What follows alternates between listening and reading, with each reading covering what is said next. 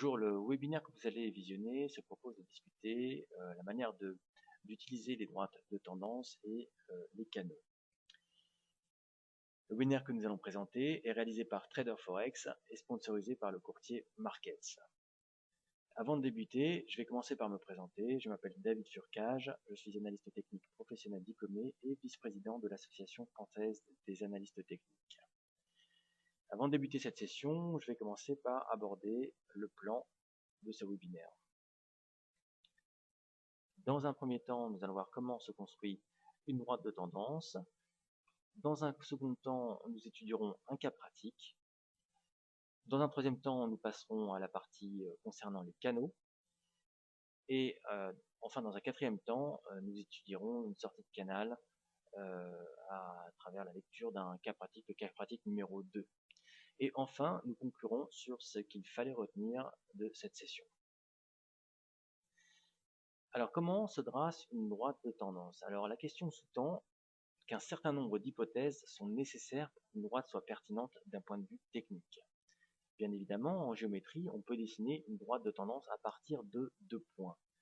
Mais en analyse technique, 3 points de contact sont nécessaires. Le troisième confirmant que la droite existe bien, d'un point de vue technique.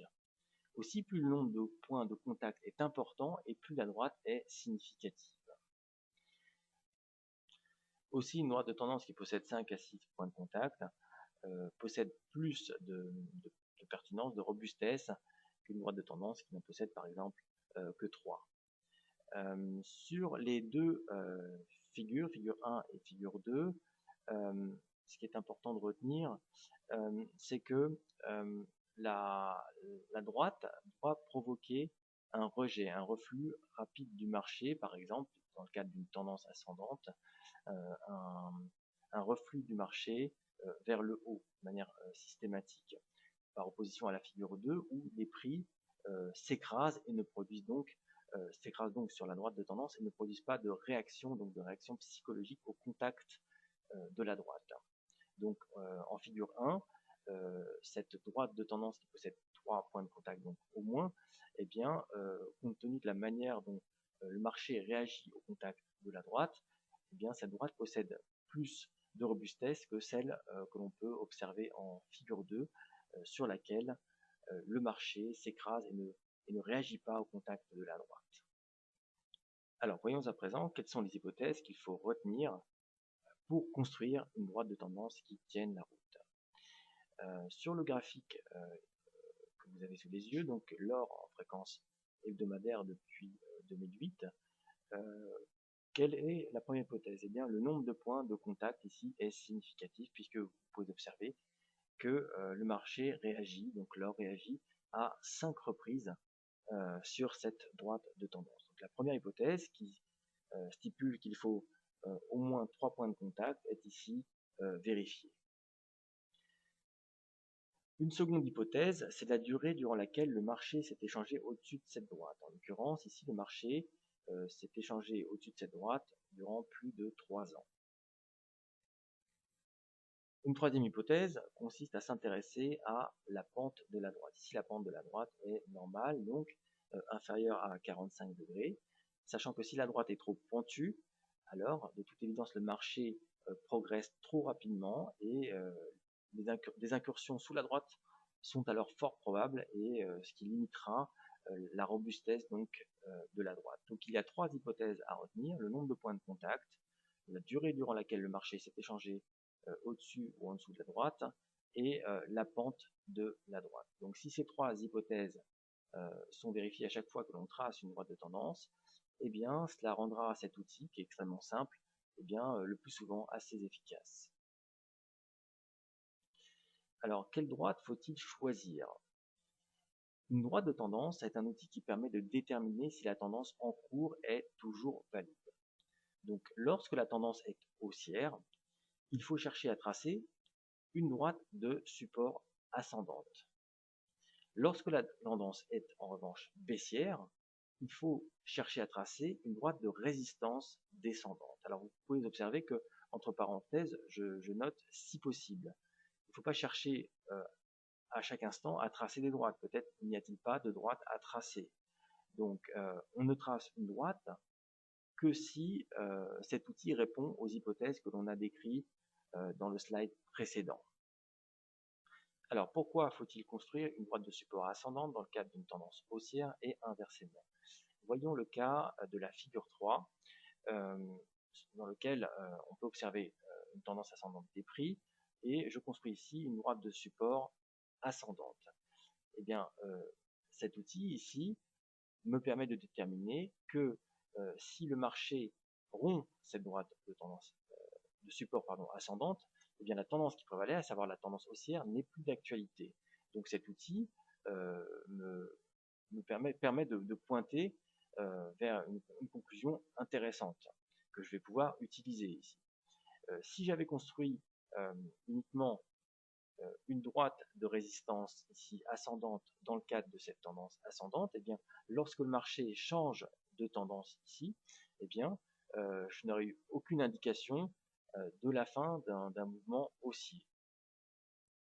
Donc, pour conclure concernant ce slide, lorsque la tendance est haussière, il faut chercher à tracer une droite de support ascendante qui produit une information intéressante si le marché change de direction, et inversement, lorsque la tendance est baissière, il faut chercher à tracer une droite de résistance descendante. Alors, intéressons-nous maintenant à un cas pratique qui concerne le dollar index, donc le dollar contre un panier de devises en fréquence journalière. Alors, vous pouvez observer sur ce graphique que la tendance est baissière en 2011. Le dollar index évolue sous une droite de résistance baissière. Début septembre 2011, le dollar index franchit la droite de résistance descendante. Ici, c'est la partie cerclée. Là, ce qui signifie quoi? Bien que la tendance baissière qui prévalait tout au long de l'année n'est plus d'actualité et il faut abandonner les positions courtes sur le dollar. Concernant ce que l'on pourrait dire de ce cas concret, ici on utilise un outil extrêmement simple, une droite de tendance, donc toutes les hypothèses sont absolument valides. Et bien cette droite de tendance est ici un bon outil qui permet de gérer éventuellement une position. Si on était ici, par exemple, court de l'art contre une autre devise ou un panier de devises, eh bien, le franchissement ici, début septembre, de la droite de tendance indique que cette tendance baissière que l'on observait depuis début 2011 sur le dollar, eh bien, est terminée. Alors, voyons à présent comment tracer un canal. Pour tracer un canal, il faut d'abord pouvoir tracer une droite de tendance. Donc je vais utiliser la figure 4 ici pour commenter ce que j'évoque. Donc ici, on peut tracer une droite de tendance ascendante. Pourquoi? Eh bien parce que nous sommes en présence d'une tendance haussière et donc cela justifie que l'on trace une droite de support. Par ailleurs, on peut observer qu'il y a 3 points de contact et donc on peut tracer cette droite de support ascendante. À partir du moment où on peut tracer cette droite de support ascendante, on peut aussi se poser la question de savoir s'il n'y a pas, en translatant cette droite à un point haut du marché, s'il n'y a pas un canal.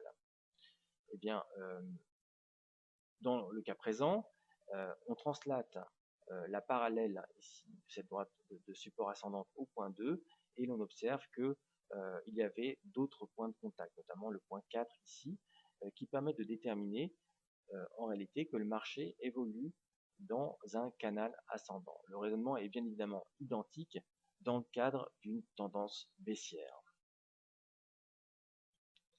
Alors, tout comme les hypothèses de la droite de tendance, plus le nombre de points de contact est important et plus le canal se prolonge aussi dans le temps, et bien évidemment, plus cet outil est robuste et significatif.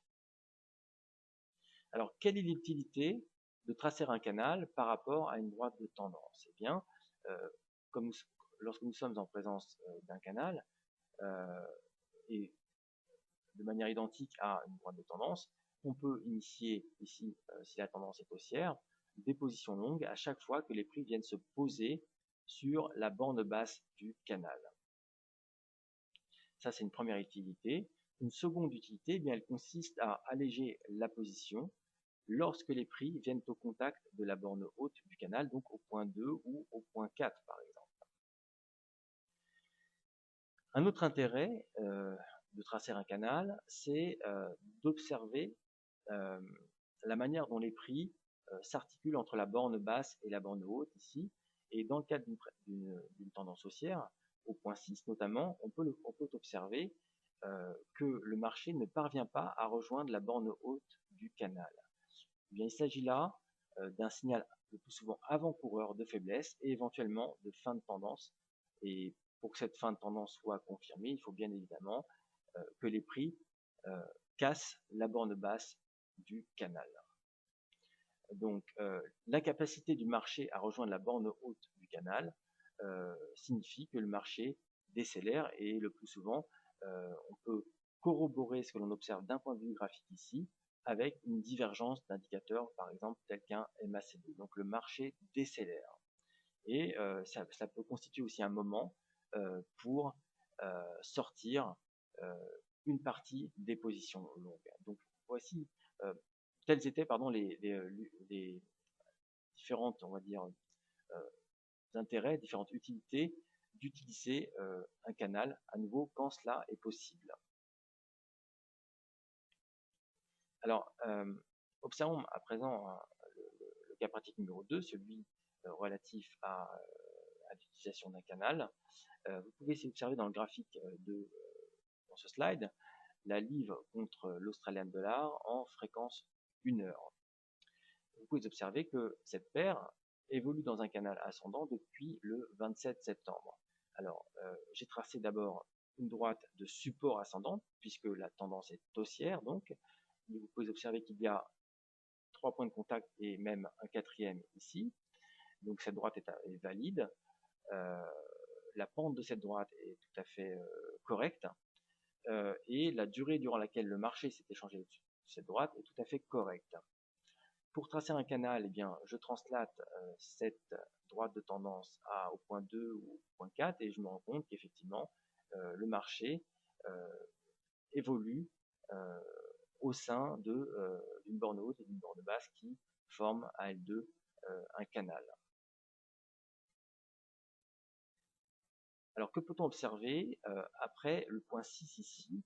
Eh bien, le marché, donc cette paire de devises, forme une bearish engulfing pattern, donc le 4 octobre de cette année. Et le marché perd 171 pips en 1 heure, puisque la fréquence de ce graphique est d'1 heure. Vous pouvez observer, pour ceux qui se rappellent un petit peu des figures graphiques relatives au candlestick, c'est bien que le corps de cette bougie englobe un certain nombre de séances, et notamment 22 heures de cotation. Donc, le marché, entre guillemets, s'écroule ici à l'intérieur du canal pour rejoindre le point 7, donc la borne basse du canal. Donc, nous sommes en présence de 4 points de contact à présent. Alors, que se passe-t-il par la suite? Eh bien, compte tenu de la puissance de cette bearish engulfing pattern, le marché se reprend timidement au point 8. Ce point 8 ici, ce sommet est beaucoup plus bas que le point 6 et est bien en dessous de la borne haute du canal. Donc, le marché est incapable de rejoindre la borne haute du canal, ce qui constitue un aveu de faiblesse. Et en réalité, quelques heures plus tard, le marché rompt la droite de support ascendant, donc la borne basse de ce canal, ce qui signifie que la tendance qui prévalait, la tendance haussière, est terminée. Donc voilà comment on pouvait, dans un cas concret, utiliser un canal ascendant sur cette paire.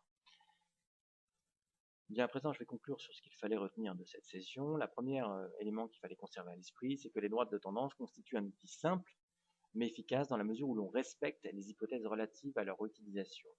Dans bien des cas, de nombreux individus utilisent des outils simples ou moins même compliqués de l'analyse technique sans se soucier du cadre d'hypothèse qui permet d'utiliser ces outils. Et bien évidemment, si l'on utilise certains outils en dehors d'un certain contexte d'hypothèse, eh bien ces outils, le plus souvent, ne seront pas efficaces. Les droites de tendance permettent par ailleurs de déterminer si la tendance haussière ou baissière est toujours valide. Si une droite de tendance est rompue, eh bien la tendance qui prévalait est terminée.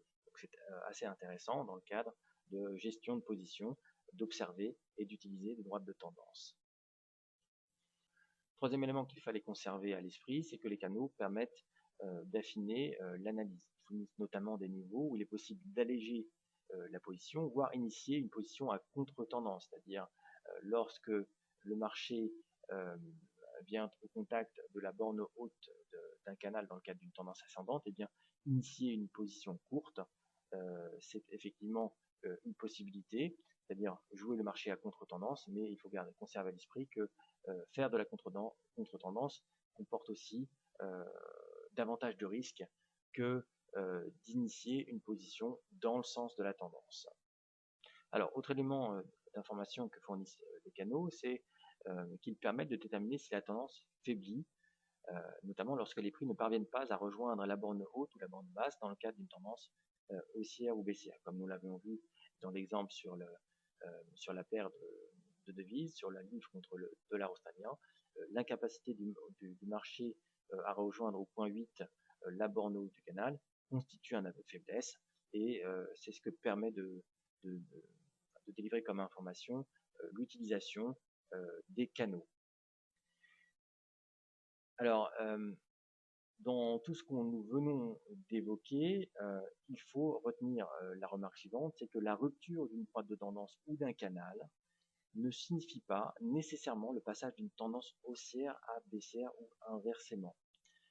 Il se peut très bien que le marché évolue en tendance ascendante et rompt une droite de support ascendante, et pour autant la tendance ne passe pas donc d'une tendance haussière à une tendance baissière. Il se peut aussi, et il se peut souvent, que le marché évolue par exemple en tendance latérale pendant un certain temps avant de passer peut-être en tendance baissière. Mais ce qu'il faut absolument conserver à l'esprit, c'est que ce n'est pas parce que le marché rompt une droite de tendance que le marché passe par exemple d'une tendance haussière à une tendance baissière ou inversement. Il est très important de retenir cet élément-là. Il faut, pour confirmer vraiment le changement de tendance haussière à baissière, d'autres éléments qui peuvent être par exemple le déclenchement d'une figure de retournement ou la rupture d'un niveau clé. Voilà, j'en ai fini sur ce webinaire, et j'espère qu'il aura retenu toute votre attention. Je vous remercie pour votre écoute et je remercie le sponsor Markets, et je vous donne rendez-vous très vite pour un prochain webinaire sur trader-forex.fr. À très bientôt.